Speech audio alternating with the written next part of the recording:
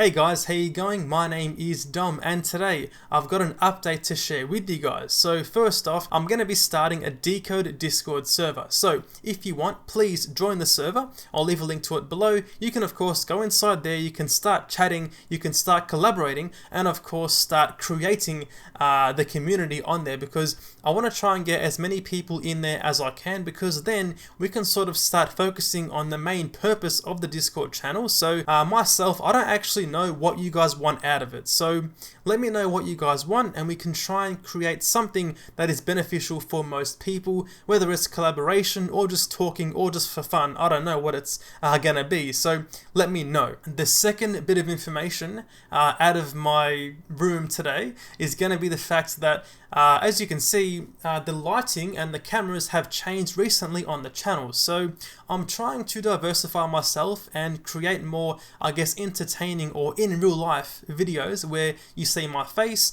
just to of course try and spice it up, create some more fun videos, still of course coding based, or coding centered. Okay, so let me know what you guys want to see. If you want to see more in real life videos, if you have any tutorial requests, whatever it might be, let me know. Hopefully I can start taking advantage of this whole camera and lighting setup. So that is all for today's video, just a quick update.